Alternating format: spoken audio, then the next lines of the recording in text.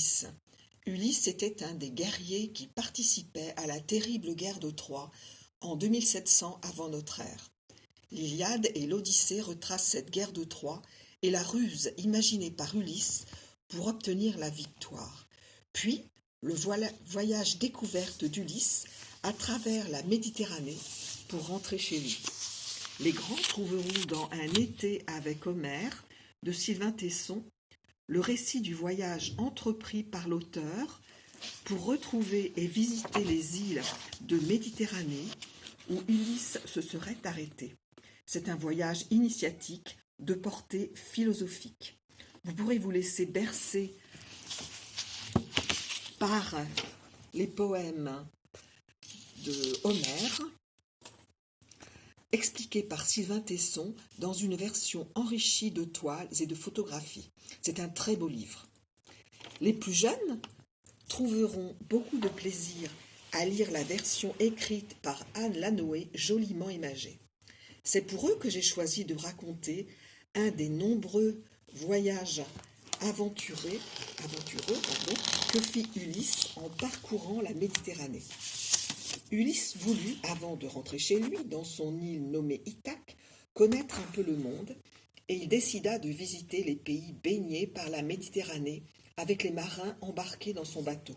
Partant de Troie, il longea la Crète, traversa la mer Égée, prit la direction de l'Afrique du Nord, car il avait entendu parler de l'île des Cyclopes.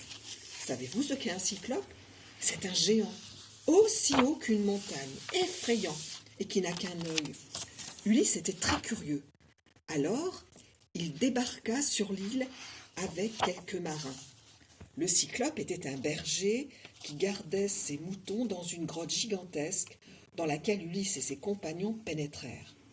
Justement, le cyclope rentrait ses bêtes et il vit Ulysse et les marins. Ulysse n'avait pas peur. Il le dit au cyclope, ce qui mit le cyclope dans une grande colère. Le cyclope bloqua immédiatement l'entrée de la grotte pour garder prisonniers les marins et les manger quand il aurait faim. Le lendemain, le cyclope attrapa 2 marins et les dévora. Alors, le rusé Ulysse s'approcha du cyclope et lui offrit du vin, beaucoup de vin, pour que le cyclope s'enivre. Avant de boire, le cyclope s'enquit du nom d'Ulysse. « Je m'appelle personne, répondit Ulysse. Une fois le cyclope endormi par l'ivresse, Ulysse lui creva son unique œil à l'aide d'un pieu qu'il avait taillé. Ulysse et les derniers marins se cachèrent sous le ventre des moutons en agrippant leurs longs poils, espérant que lorsque le cyclope libérerait l'entrée de la grotte, il pourrait ainsi s'échapper sans être vu.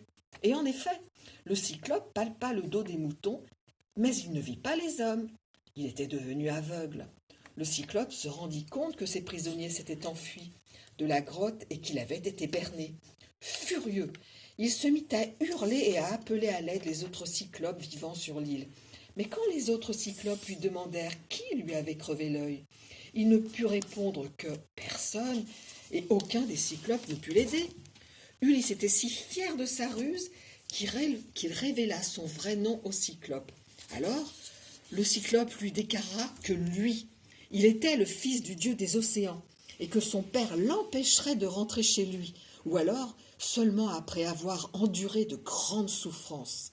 Et en effet, il fallut 10 années à Ulysse pour retrouver le chemin de son île Ithaque, après s'être perdu sur les mers et avoir vécu beaucoup d'autres terribles aventures. Retrouvez-les, ces aventures d'Ulysse, dans ce beau petit livre paru chez Fleurus.